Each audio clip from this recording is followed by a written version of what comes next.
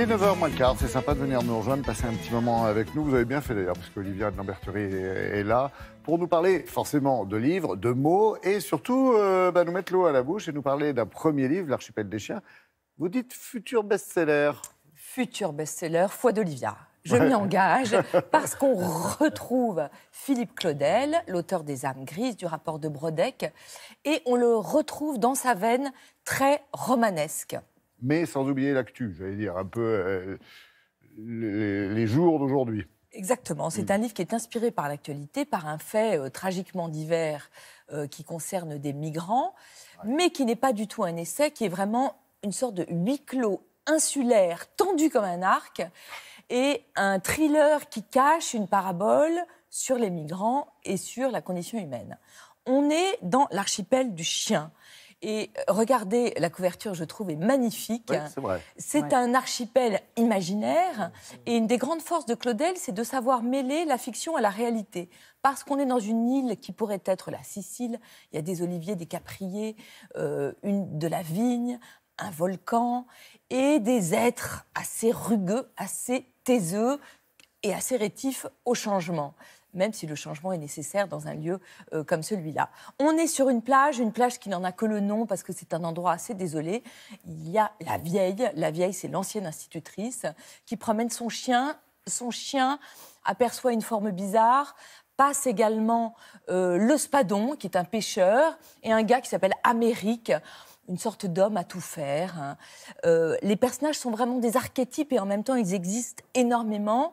Le chien va humer les formes et là, on découvre 3 cadavres d'hommes jeunes qui sont comme ça échoués sur la grève. Tout de suite, on va chercher le maire et le docteur et je trouve que la scénographie est absolument géniale parce que vous voyez arriver le maire qui est maigre comme un anchois avec le docteur qui est tout gros et tout tassé.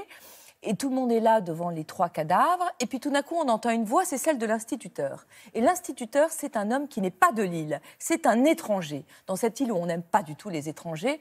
Et lui s'émeut de ces 3 cadavres alors que les autres sont plutôt embêtés parce qu'en fait, dans l'île, il y a un projet de terme, d'institution de terme qui pourrait rapporter beaucoup d'argent. Et 3 cadavres, ça fait extrêmement désordre dans un financement potentiel. On va retrouver tous ces gens-là dans la chambre froide où ont été transportés les 3 cadavres avec qu'est-ce qu'on fait de ces cadavres. Et en fait, tout le monde est d'accord, sauf toujours l'instituteur. Donc, vous avez un deuxième drame qui va se greffer. Comment faire taire l'instituteur ? Une cabale ? Une cabale. Et l'arme qu'ils vont employer pour faire taire l'instituteur va être terrible. Je ne peux pas vous en dire plus parce que, évidemment, c'est un livre qui repose sur le drame, sur le mystère, dont l'île est plus qu'un décor. C'est une sorte de chaudron dans lequel on jette tous les ingrédients du drame. Et c'est terrible ce qui va se passer. Voilà, en tout cas, vous nous donnez envie de le lire. Autre livre ? Autre livre qui n'a absolument rien à voir, mais foi d'Olivia, ça va marcher aussi.